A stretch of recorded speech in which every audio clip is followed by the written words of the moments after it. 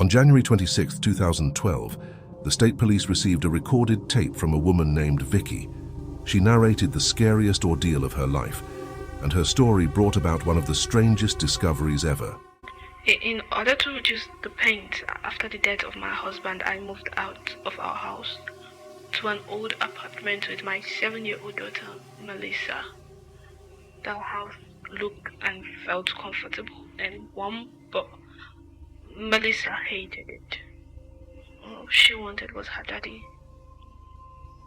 She grew distant and refused to make friends. Watching my daughter grow quiet was one of the most terrible experiences of my life. A few weeks after we moved, I noticed my daughter's behavior change. She started playing, but with no one in particular.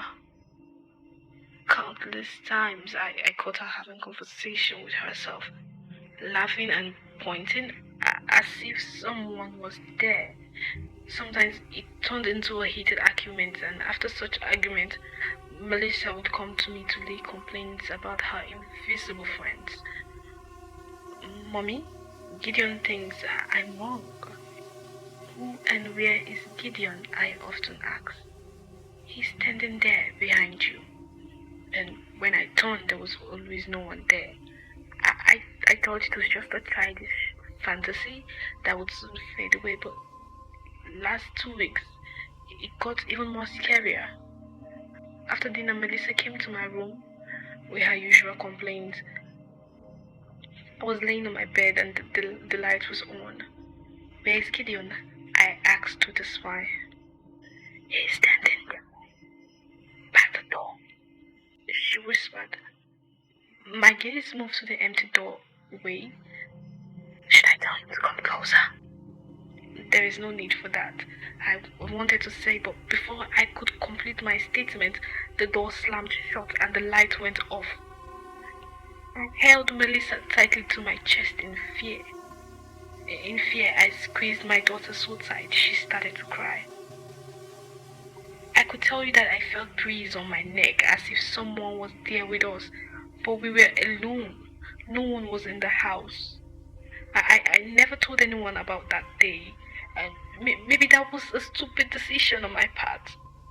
But now, I need help.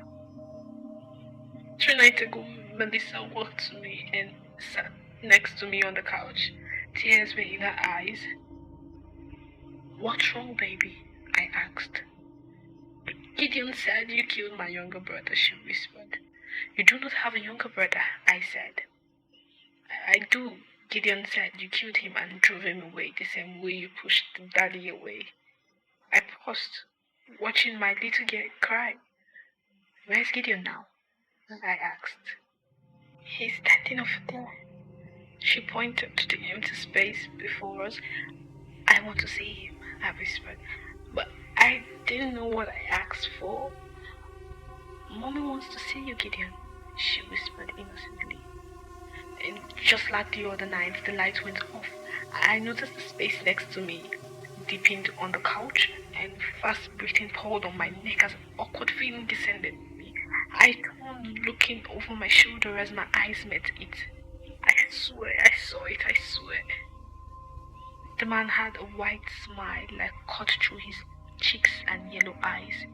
His gaze were focused on me as he leaned closer. He was seated on all four like a dog, breathing heavily. My eyes held his own as I grabbed hold of my daughter and exited the house. That night, my daughter and I found sanctuary in a church. The next day, we left the city. Shaking, I stood. I asked Melissa if she had seen Gideon since that night, and she said no. But I still see him and still feel his breath on me. I need help. Someone help me, please. After receiving Vicky's tape, the police were able to locate her apartment. She was found dead and her daughter Melissa was missing. A search for the little girl began. The only lead the cops had was the name Gideon and the old house address. The old building was found empty, of course, but when further inquiries of its previous owners were made, they found a shocking discovery. Gideon was the son of an elderly couple, and ever since his birth, he was locked in the old basement of the apartment and was never let to step foot outside. Details around the child were not clear, but the old couples were a strange pair. According to locals, they always kept to themselves. An image of Gideon was recovered, and he looked exactly the way he was described by Vicky, with the scary smile and spooky yellow eyes. It was said that the old couple sold the house a few months after the death of Gideon.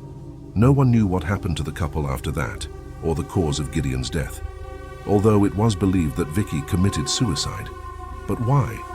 It is exactly 12 years, and there has been no sign of Melissa to date.